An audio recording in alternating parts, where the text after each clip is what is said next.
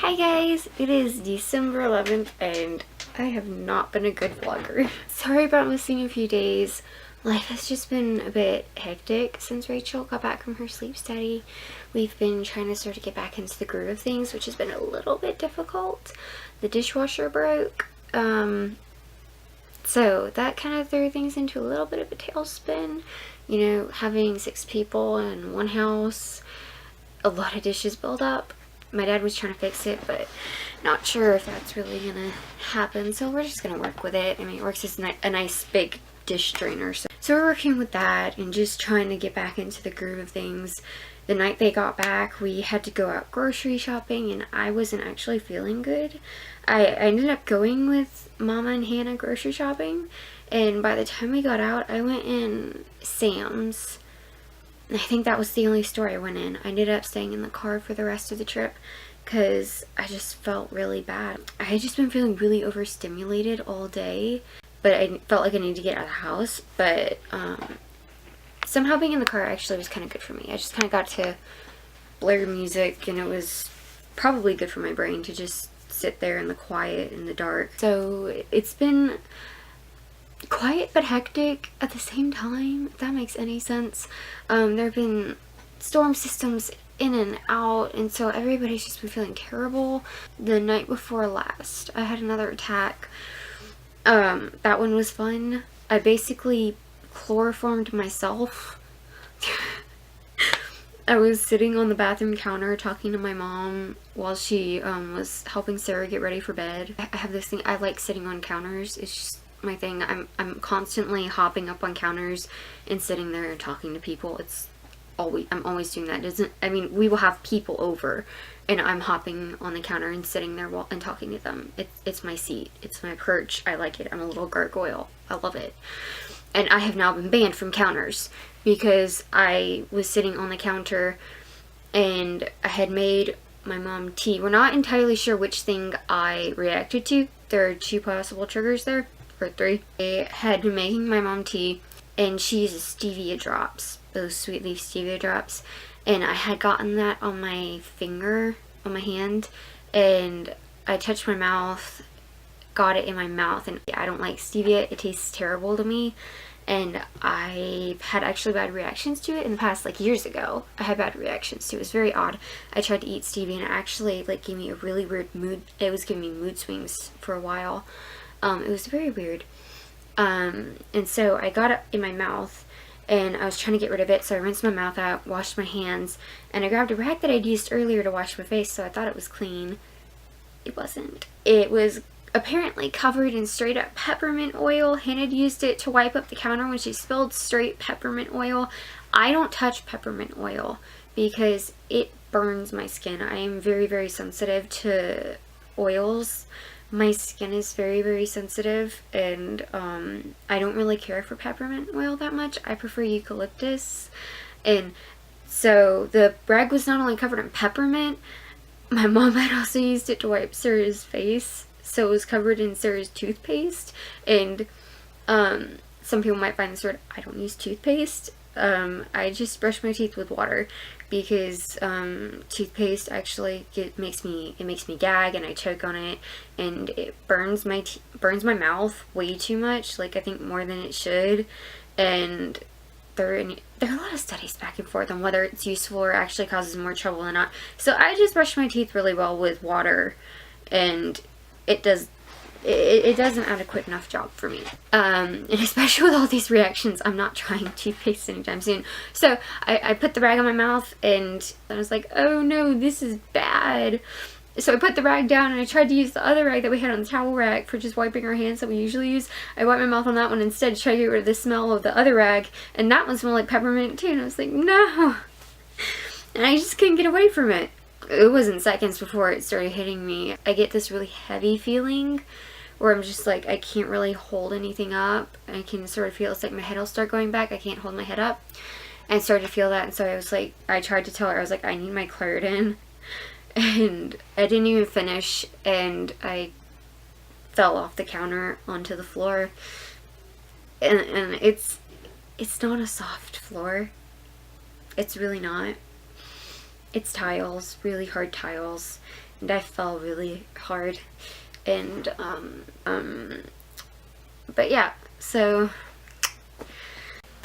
in other doctor news, I got a letter, and my allergist immunologist, she was already going to send me to him, but we don't know who sent the referral. It's all very curious, and we want to figure it out. It's a mystery now. But anyway, I got a letter from, basically, I have an appointment with the head allergist immunologist at LSU, the Louisiana State University. I have an appointment with him, and basically that's a deal. Like, he edits journals and stuff. He knows his stuff. So basically, I'm gonna be seeing him on January 11th. So 1 month from today. Oh, yay. That's not at all terrifying. And my allergist immunologist, she's not interesting. I love her. I love my allergist. I love her, but she's not my allergist anymore. That's sad. I really like her. I really do. I only saw her one time. Seriously, one time. But I love her. She's amazing. It's like, you don't meet doctors like her every day. And it's like, when you do, you just want to hold on to them forever. And I want to hold on to her forever because she's amazing. Basically, she said she has some ideas of what's going on, but she's not going to tell us what it is. Because she doesn't want to influence anything about what the doctors over at LSU are going to think. So, yeah, I'm probably going to be seeing fellows first, which will be fun. I don't have a great experience with fellows so far, so I'm not going into this super excited. Last time I saw a fellow, his medical analysis was, if we put all of your other medical conditions aside, a regular woman under 30 would be doing this. So yeah, I'm a little shaky on fellows currently. I've only dealt with one of them, so kind of got a 50-50 shot here. I'm really hoping the ones at LSU are good. But yeah, so I'm gonna be going to LSU. It's gonna be interesting. Hoping they can help. I've got a lot of stuff to look at and work on, and it's stressful. But anyway, I'm not trying to talk for this long. I'm so sorry, but there's just a lot to go over, and ends up medical stuff takes a long time to talk about. I'm sorry we haven't been vlogging. It's just been so hectic, and we've all been so exhausted. I just don't feel like doing anything. I just sit here and think, oh, I should write, and I don't want to write. I mean, I have ideas for about 50 different stories that I could really sit down and hash out really good, like, long chapters on. I just don't. I just sit and watch YouTube videos because I don't feel like doing anything else. I'm so tired. But I'm not today. Today, I want to go on a walk. It's really weird. I want to go on a walk today. And it stopped recording on me. That was rude. Anyway, I was talking for way too long if it stopped recording. So I am going to go because we will have to really edit that down. I'm sorry about that. Goodbye.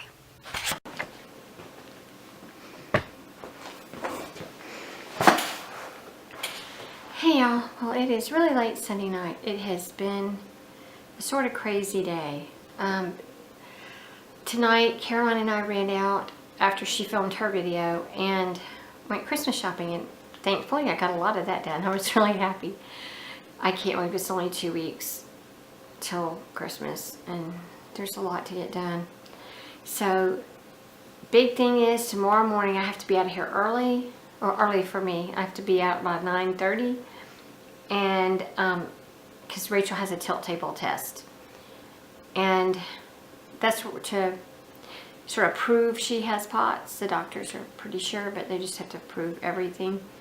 So they are going to do a tilt table test on her tomorrow. I mean, some doctors don't do it because it's wrong a lot of the time. So, but they are going to do it on her, and then I should be back pretty early, which is good. Hopefully I'll be back by about 1.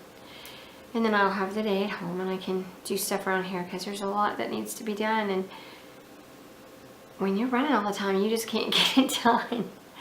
So it's been really sort of nutty. Caroline shared that a lot. So Monday we have tilt table. Tuesday Caroline has a rheumatology appointment. She's conked her head a couple of times when she's fallen, and she's hurt her shoulder, and so he wants to check all that out. And let me think. I think that's about it. I have an appointment on Wednesday. It's not any big deal. I have a nodule on my thyroid, but it's benign. It's nothing. And the rheumatologist is sending me to him. He may try to get me to have it out. It's just, it's not doing anything. It's not causing me any problems. It's not hurting me. So if it's not hurting me, I'm not going to have surgery. But other than that, things are just sort of busy and hectic. It's Christmas time. That's what they're supposed to be. I'm hoping to finish decorating and start getting the house really clean. We're having Christmas here, so I need to get a lot done for that. And just try to catch up from the dishwasher crashing and not being home so much, and laundry being behind, and everything's behind. Sarah didn't let me go to sleep until like 7 this morning. It was a long, hard night.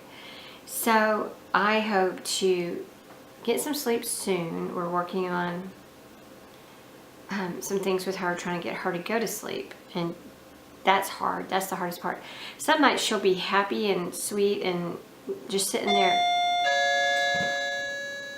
Caroline, are you okay? I don't know if you heard that doorbell, but that's actually Caroline's alarm. We had an incident where she passed out in the living room. I was in my room doing stuff, and Jean was out in the garage working, and everybody else was in their rooms. And I heard banging, like hammering, I thought, and I ignored it because I thought it was Jean doing a project. And it turned out to be Caroline. She had what's called a near syncope, which is not quite passing out, but almost. But she still collapses when she does that. She just doesn't go unconscious. She had a situation like that, and she was on the living room floor for almost 10 minutes, slapping it with her hand, trying to get someone's attention. And everybody thought that it was something else, and nobody came. So since that time, she now keeps, we have a wireless doorbell that we keep in here, but we can hear it all over the house. And she keeps it with her at all times. And if she gets into trouble, she'll ring it. But sometimes she has it in her pocket. This time it was in her purse, and she pushed it, and it's a false alarm. But we would rather have the false alarms than to not know. So, because I have to, the reason it's very important is I have to get Claritin Ready tabs in her as soon as possible when she collapses like that, because that's what brings her out of it and helps her come around, and a lot faster. That's why we have the doorbell. But anyway, now that we've had a little excitement for the evening, hopefully that's as exciting as it'll get. Not like when she was sitting on the counter with talking to me going, I need Claire, and gosh. So at least it wasn't that. But hopefully we'll do better filming this week, and hope you understand. It's been really, I mean, that's just our life really though. I mean, I know some people, they're out running and playing and partying and whatever. That's not our life. Our life is chronic illness, and that's one of the reasons we share this vlog, is to share our real life and our real struggles, and to hopefully give people a glimpse into what it's like to be dealing with a chronic illness. So thank you so much for watching. God bless y'all, and Merry Christmas.